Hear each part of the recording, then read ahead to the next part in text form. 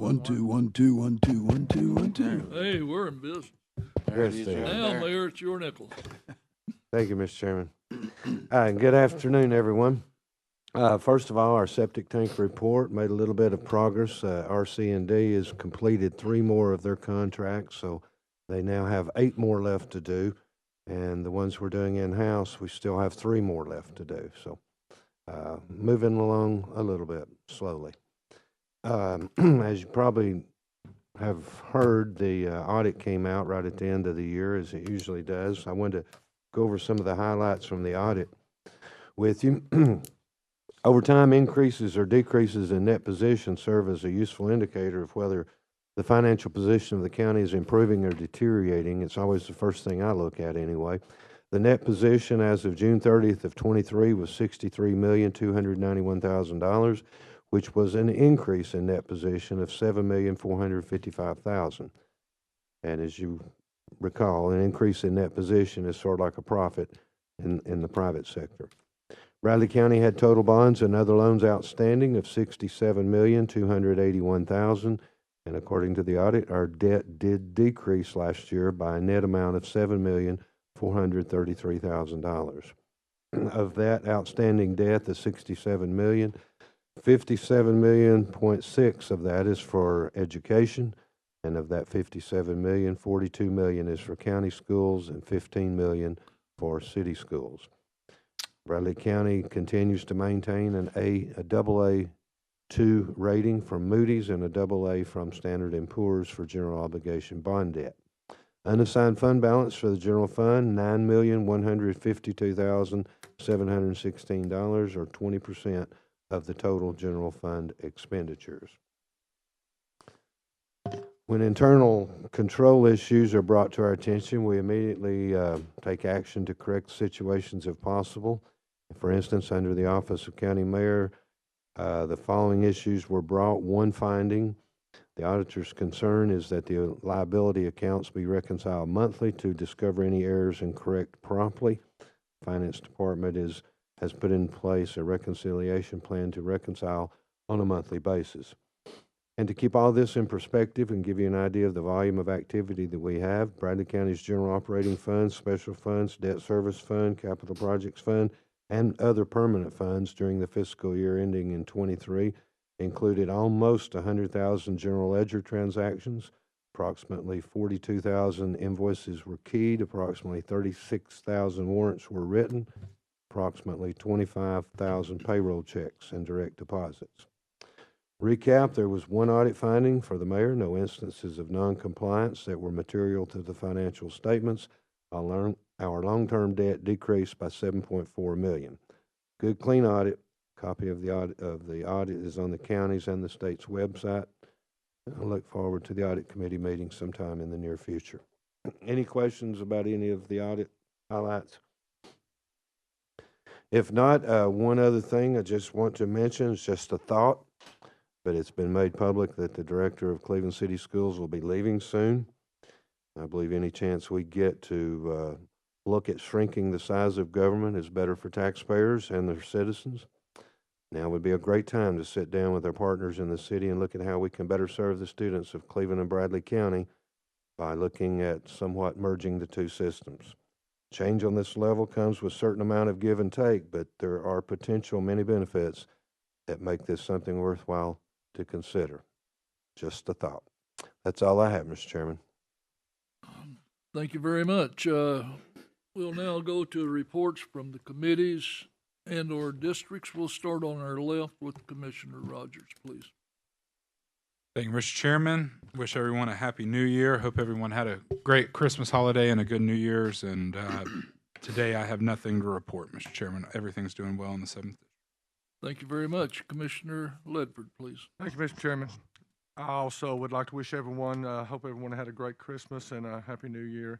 I have one item. We had a constituent down in the 6th District pass away, Tom Truelove, so we'll just ask for condolences for him.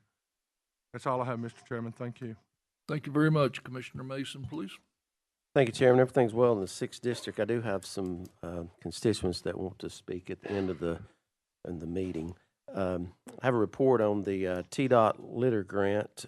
December 2023, county road miles was 398.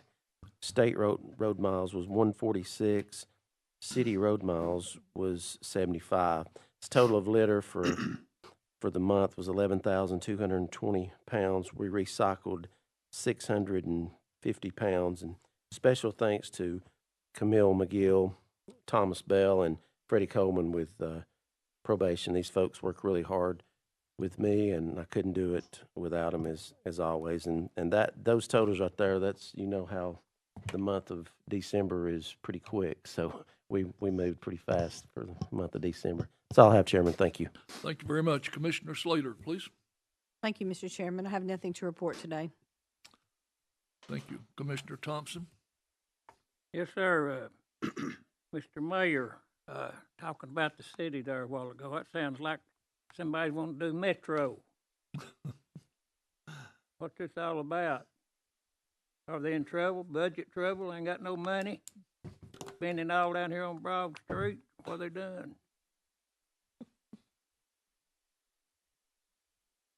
Well, I know they've got a choice. They could probably transfer district operations to us and give us a school system, but we're talking about Metro, I guess. And next thing they want to be to give us police department and everything else, I guess. But the only thing I'd be for if we had it on the county side, where we'd have a county mayor and not a city mayor. But I'd just soon not have either one of them. But anyway, it sounds like they're in trouble one way or another. I don't know how, but they're in trouble. So anyway, I don't like it. Thank you. I've got one other thing. I'd like to recognize Logan this morning. Thank you very much. Mr. Logan, would you?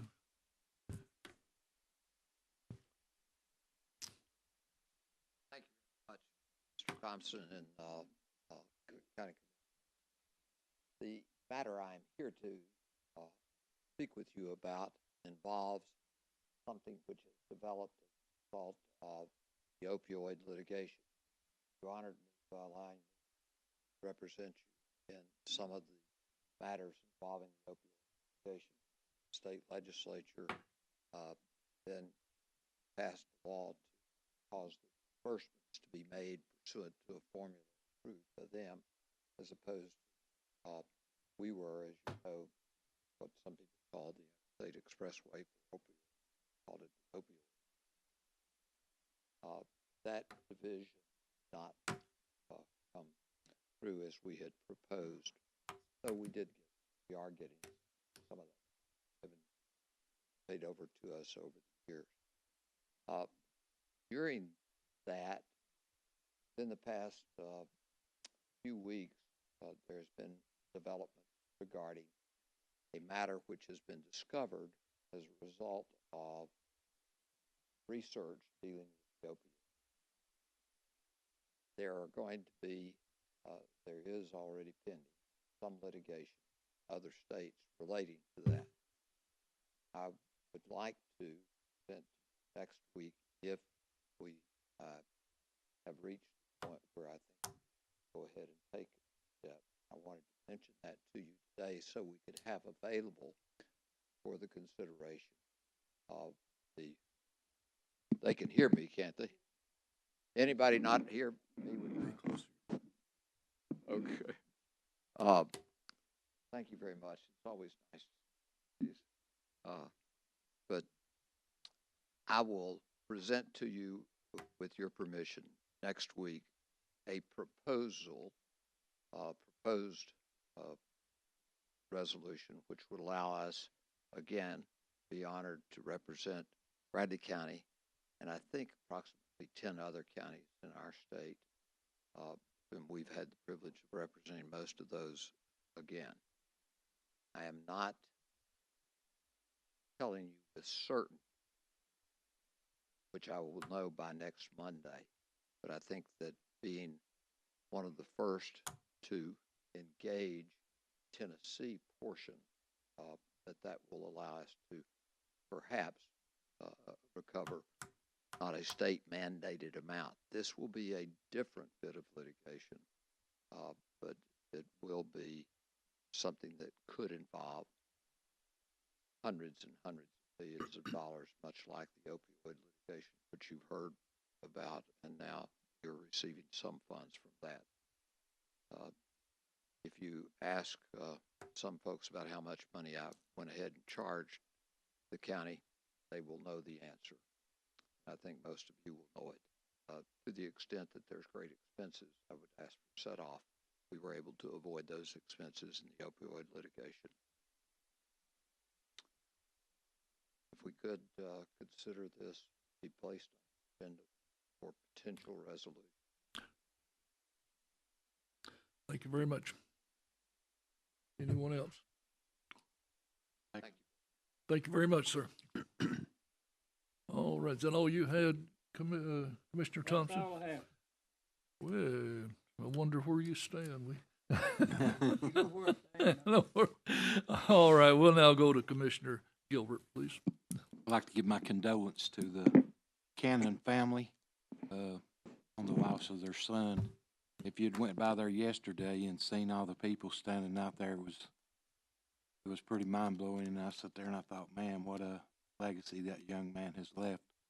And just like his mother and daddy, just be praying for them. Keep them in your prayers. And I have nothing else. Thank you very much. Commissioner Winters, please. Thank you, Mr. Chairman. I think the mayor was talking about consolidating our efforts to work in the school systems. I think what was brought before, not a metropolitan government at this point.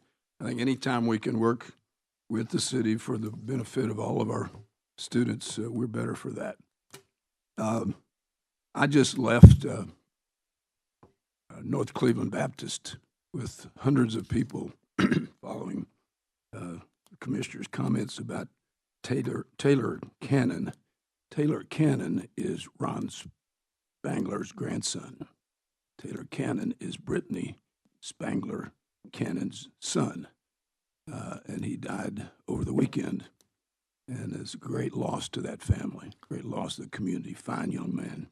Brittany is our CFO of the Pie Center and does a great job there. And we went through the line today, many of us, and yesterday, and greeted them in the saddest part of people's lives. A year and a half ago, Ron Spangler died, and we had his funeral in the same church. The same church, a year and a half later, is his grandson. And that family, particularly mother and grandmother, really need our prayers in this community. You that have lost loved ones know the feeling and the problems to go through. 7th District is doing well. The 60 Highway is moving forward.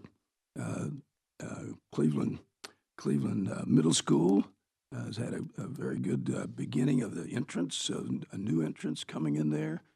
So the engineers have done a fine job for us that live in that neighborhood. And also, as the chair of Legal and Legislative, I would like to call a meeting for January 16th at 11 o'clock here at the commission. Thank you, Mr. Chairman. That's all I have. Thank you very much. Commissioner Alford, please. Yes, thank you, Chairman. Just the 2nd District's doing well, just continues to continuously grow larger and larger. Every time I turn around, there's new development going up. So I'm not sure where it's going to stop, but eventually where you get on the north end are getting pretty crowded. Thank you. Thank you very much. I live out there on Urbane. It's incredible at the growth in traffic. Commissioner Hughes, please. Mr. Chairman, I don't really have anything, but I will jump on a couple of things, and one is from Commissioner Alford. I understand growth and growth pain. We're feeling the 1st District quite a bit. Also, on the consolidation of the school system, it's something in my district I've heard several people talk about. I don't know that I kind of feel it'd fall more towards school board itself to to entertain the thought, but I know there'd be a lot of people that'd be interested in that. So, and that's all I have to say. Thank you very much. Commissioner Beck, please. Everything's well in the first district. Thank you very much. There are no agenda items. We'll now proceed directly to the communication from the audience. I'll recognize anyone that would like to speak for 5 minutes. Is there anyone that would like to speak from the audience? Please ask that you give your name. Gentlemen, I'm Mary Wooten. I am a resident of the Waterville community, along with my neighbors here. We were not aware of anything being built in our community, an animal shelter. We oppose that, and we are certainly opposed to that residential property being rezoned. I've lived there for over 50 years. I'm 80 years old. I'm not in a position to sell my property, nor am I in a position to move. We didn't know, no one in the community knew a thing about this until it came out in the paper December the 21st. We are very definitely opposed to that because of the stench, because of the noise. Dogs would be barking 24/7. That's just not something that we want to happen in our community. We not only do we have our own home there, we have rental property. We have several others. Snooky McClure here, she owns rental property there. That will absolutely make our property worth nothing. So we're needing your help to help us not let this happen. Zoning laws were enacted so that municipalities could have the authority to segment and separate different kinds of land use. This regulation protects landowners from having neighbors that conduct activities or business that would lower the quality of life or their home value. Some zoning laws have come under legal scrutiny as people challenge how restrictions imposed by the government and affect their personal rights. Zoning is meant to pressure the character of neighborhood, protect and preserve the character of the neighborhood, and provide quiet living environment. I apologize, I'm a little under the weather today. We would have had 200 other people here today. The flu, strep throat, COVID, everything is raging. So I do have some petitions here that are signed by other people, if you would like to look at those. But there again, each one of you are an elected official. You were elected to protect people like us, to help us protect our property, and to go to war for us when we need you. Now, we're not asking you gentlemen to help us today. We're begging you to. We cannot have this happen in our community. Snooky, would you like?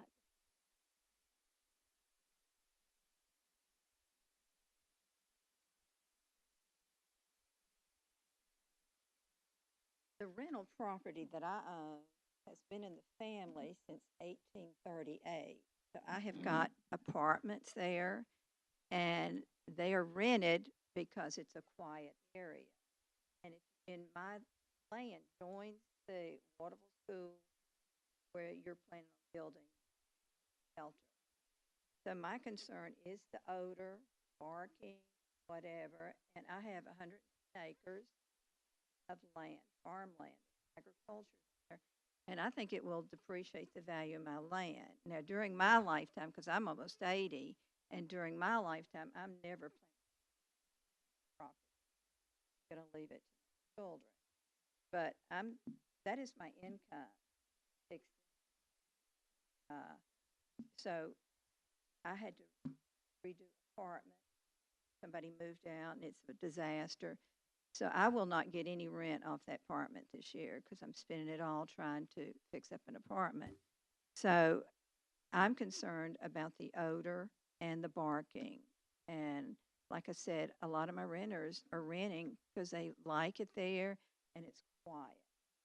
So I'm completely So this is the Century Farm, and it's been in the family since 18. In fact, the land that Waterville School was built on was donated by the Truitt family. And, of course, since they've torn it down and they have the playground in it. I think I'm for that, for a shelter, but not in a residence.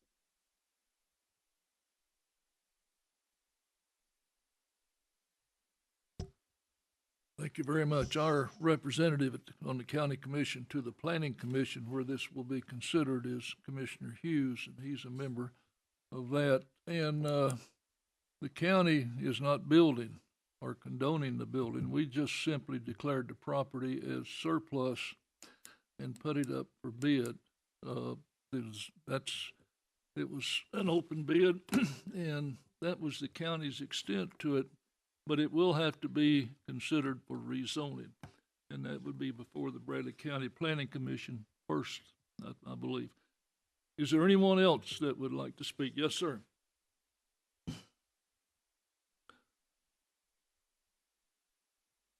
morning, gentlemen. My name is Dwight Woodcock, and I'm the adjutant at American Legion Post 81. One of the positions that I have along with Commander Williams of Shepherd and some of our local heroes, is being on the National Legislative Council. On February the 24th to the 29th, I will be leaving Cleveland, Tennessee, and going to Washington, D.C. on behalf of our veterans.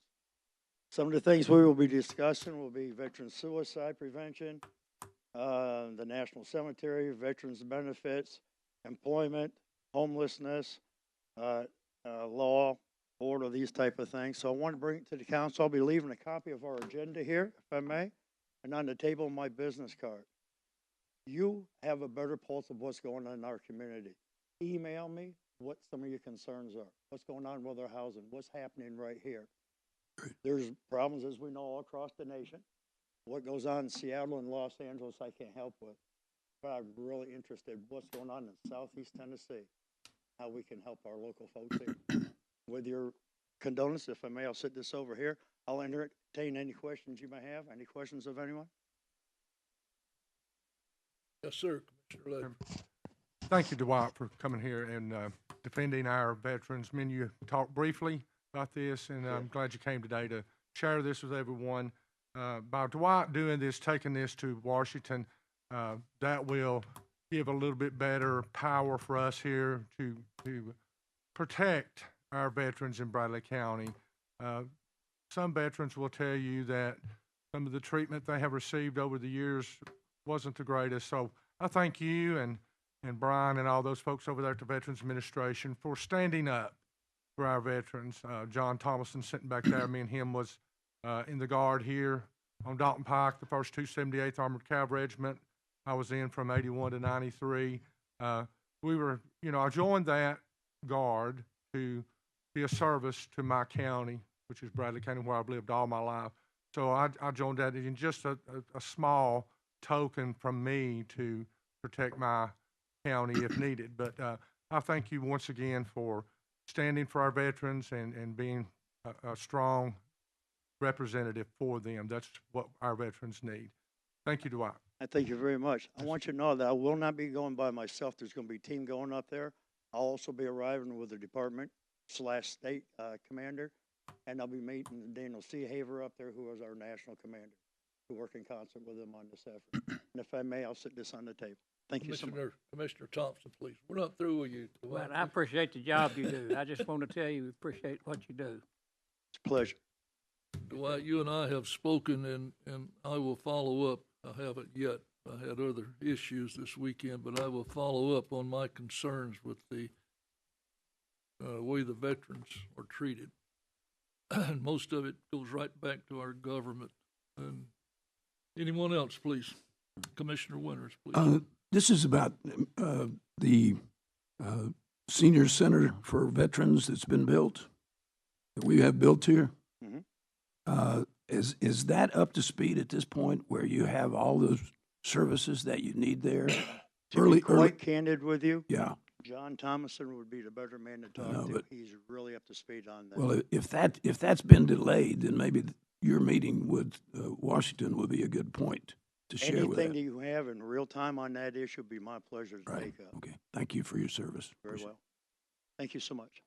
Commissioner Rogers, please. I do have a question. And maybe John can help with this question too, but I'd read this weekend that the veterans home is now accepting patients that aren't veterans. That they're going to be accepting anybody and everybody who needs a senior care. And I'm trying to figure out if that's accurate statement or if that's false statement. And somebody asked me about it this weekend as well. And I just didn't know if that was moving forward to where people who aren't veterans are going to be able to get into that veterans home as well. That's just something that I had heard. Is that? I understand at this time, Dr. Rogers, that they have a number that they have to accept to be able to qualify VA support. The first one that they accepted in was private pay, as well as the next one accepted in was private pay and Medicare. They, as of the 26th, had 12 parties, 8 men and 4 women. They were all fully qualified and fully vetted. As present, once they get around 20, as I understand, there will be a secondary survey called CMS, Certified Medical Survey, by the VA department, allowed to go ahead and take in VA patients. VA will be paying the bill, not private pay. Private pay is the way they began. A home that was built in Clarksville, it was opened in 17 or 18. Took them 12 to 13 months to really get full complement in. Estimated was somewhere in that time frame to be able to accept 108 parties. Wish it had been 120, but the cost when designed and the cost when the entire wing. Now we only have 6 wings of 18 parties. You're welcome to go visit at any time when you walk inside the kiosk. Fill in the question as to who you're visiting and why you're there. Take a small sticker, stick it on your chest, and you're welcome to walk in there. Evaluate the area and visit the patient. Local AMVETS Post 13 able to go right ahead and provide a bingo day last Tuesday every month. Last time we were there on the 26th, we had all 12 parties going about 95 minutes bingo time. Very thankful to see that. Very thankful to see the opportunity to sit down and talk with them, interact with them, see how they're doing out there. Haven't heard anything difficult whatsoever. They're all very thankful to be there. That's the way that the Department of Tennessee State Veterans Home is able to right here coordinate and work parties that help. Thank you so much for your clarification. Commissioner Gilbert, please. John, how many rooms are out there? There'll be 108 rooms, 108 parties. There's 108 rooms out at the. Approximately 10% spouse and husband. I drove through there over the last week. actually drove through there last week. Yes, sir. And looked like it was empty. And I was thinking. Again, they have 12 parties. They have over 40 on staff. The last thing I heard, they're expecting to hire more staff and have more residents come in. As you're well aware, unless you have the quality staff to take care of them, it's difficult to get. That's part of the challenge. Part of the challenge it was up at Clarksville. So I've been advised. I'm not the spokesman. Right. Just thankful to have been part of the council for the last 5 years. And you're welcome to drop out there and visit anytime you wish. Sir. It just looks like they could actually take some of the veteran homeless folks in and, and they wouldn't need they have to much care. From the government agencies that they Right. work with. Sure. Thank you so much. Commissioner Winters, please.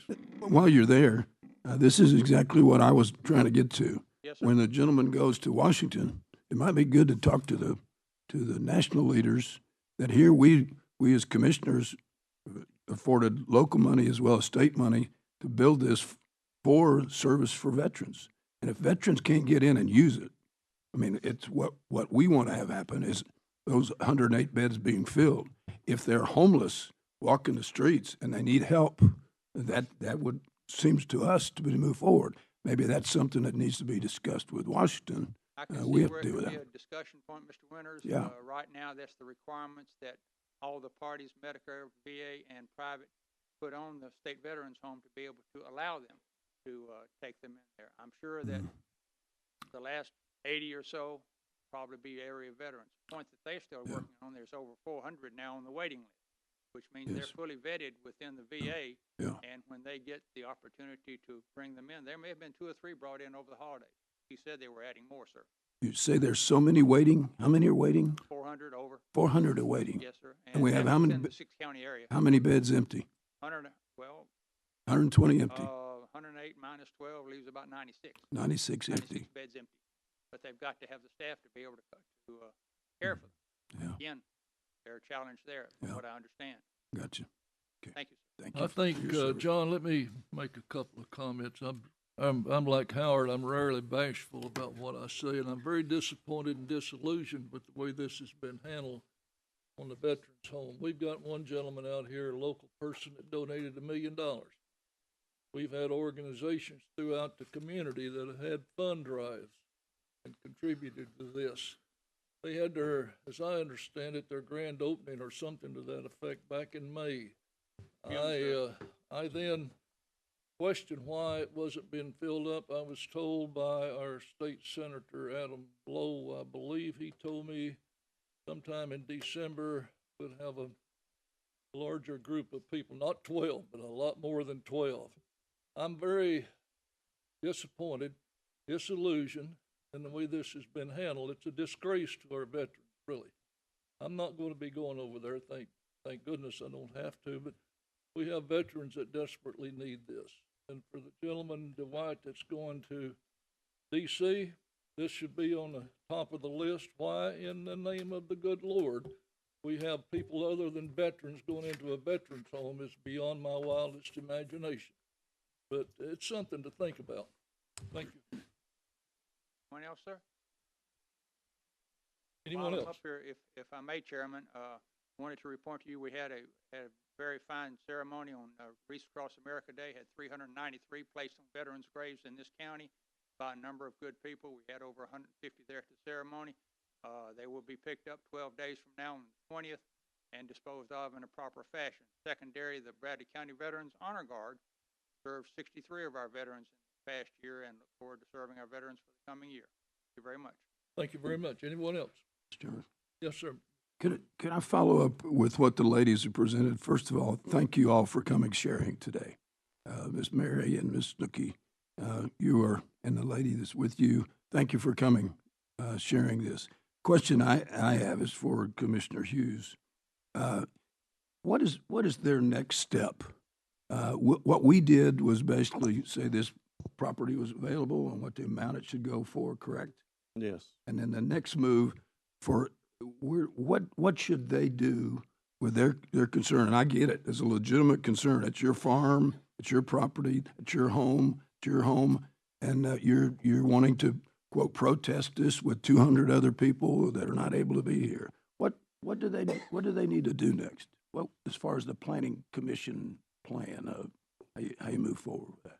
At the moment, I don't even know if the sale has closed yet, but if it does close, I'm sure there'll be a rezoning, and then at that point, it has to go before zoning, which Ron Wilson would probably be the one to help you more than anything.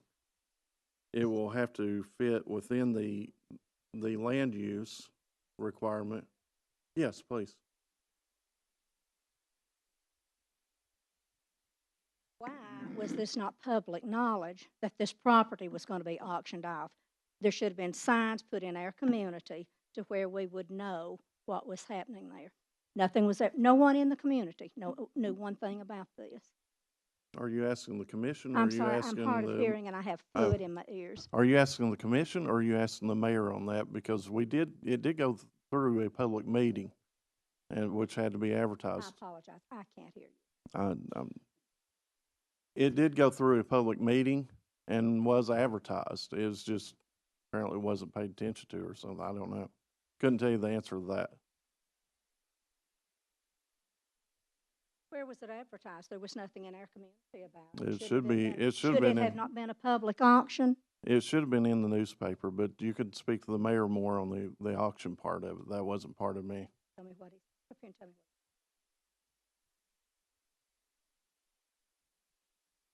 what. Not that, not to my knowledge, number one. Number two, hardly anyone gets a newspaper in. Very few people. When I went up, talked to everybody in the community, no one knew one thing about it. I don't mean to be rude or crude, but would you want that in your back door? I'm asking you, yes or no. Would you want this in your back door? No, you would not. Are you asking for my answer on that? As far as it being in my backyard, I'll be quite honest with you.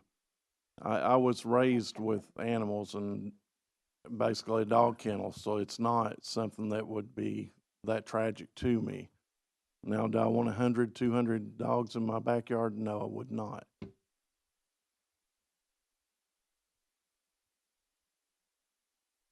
And so have I. I'm adopted. My dad was a veterinarian. I've been around animals all my life. But that's not to say that I want an animal shelter in my backyard. Again, this affects the value of our home, the value of our property. Again, not only do I live in that area, I have rental property in that area. So does Miss McClure. She depends on that. So do we, to supplement our income. Nobody's wants to rent a house with an animal shelter in their backyard. Ms. Wooten, that's why I was saying I don't even know that the sale is closed with SPCA. At that point, it will have to go through zoning, I'm sure, but I don't know. You'll have to get with Ron on that to find out even if it fits within the land use regulations.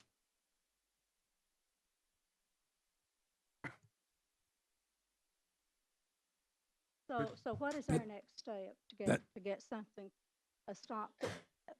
Let me get with there's Ron. 80 acres at the landfill. And we also own property in Catoosa and Walker County, Georgia. Their dog shelter is out near their landfill where there's no residential areas around it. Why can't we put it out there? It's not the county that's putting anything anywhere. It's the land went up for sale to be auctioned, so it's whoever purchased the land. Mr. Chairman, that's all I have. You know, you got Commissioner Thomas, please. Okay, Well, it's my understanding that the commissioners have to vote on that to be rezoned. All I was asking for was just the procedure. You know, you already presented, so that's all I have, Mr. Chairman. Mr. Thompson. they still it's gotta go before the zoning board yet. They can be here for that then, right? They can be. Yeah. The quickest, Commissioner Thompson, the quickest way for her to find out anything right now, like I said, I don't even know that it's been presented as of yet. I don't see why it would be. But she can probably get with Ron Wilson, it's over zoning, and find out even if it fits within the land use. Because if it doesn't, I don't know where it would go from there. Okay. But that would be zoning that she needs to get with. Could you maybe give her Ron's number or something there and let her? Could show her right where his office is at. If she wants to follow me out. Yeah, okay. Mr. Chairman. Yes, Mr. Rogers. Commissioner Hughes, when is the next zoning meeting? I would have to look. I think. Let me look on my calendar real quick. I think that probably would be the next place that they could It may go be, and discuss their. Commissioner Rogers, it may be, but it may not even be on that. Like I said, if the sale's not complete, I don't know why it'd be rezoned, and so it may be on there, it may not be. Mr. Chairman. It will be on the 18th at noon and in this room. 18th of January. 18th of January. Mr. Ledford, please. My understanding is that they're doing the survey on that property as we speak. My understanding. I don't know. But it hasn't closed. I guess the key point, it has not closed yet. Is that correct, Mayor? So, yeah, I doubt that it will appear before the planning commission until the property is closed. I could be wrong, but, is there anyone else, please? We're going to give them, Since I read. we're going to give you all the number of the gentleman that's over this review. We'll do that after the meeting.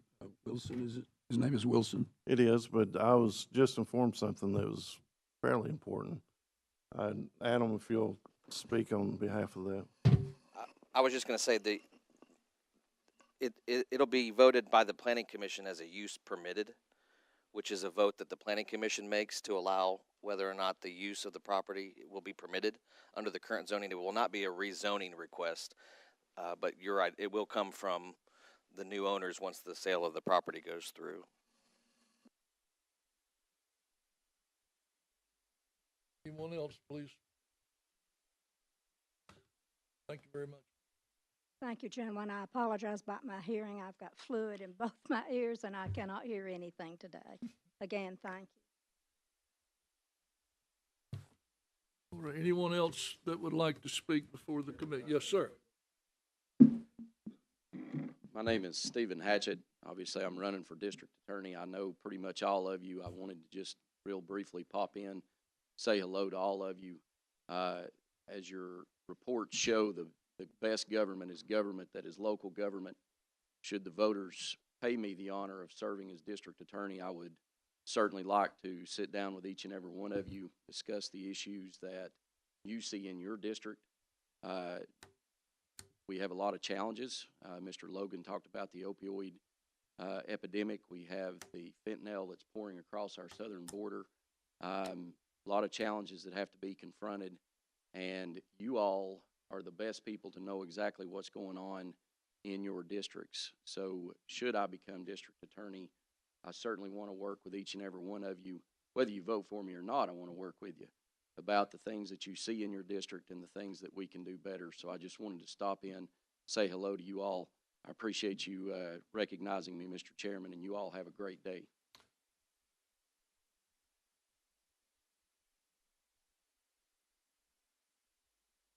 Thank you very much. Anyone else, please? We'll go now to announcements. Voting session will be Tuesday, January the 16th at 12 p.m. here at the courthouse. Finance Committee immediately following this meeting. County offices will be closed January the 15th in observance of Martin Luther King Jr.'s holiday. Legal and Legislative Committee, January the 16th at 11 a.m. here at the courthouse. We are adjourned.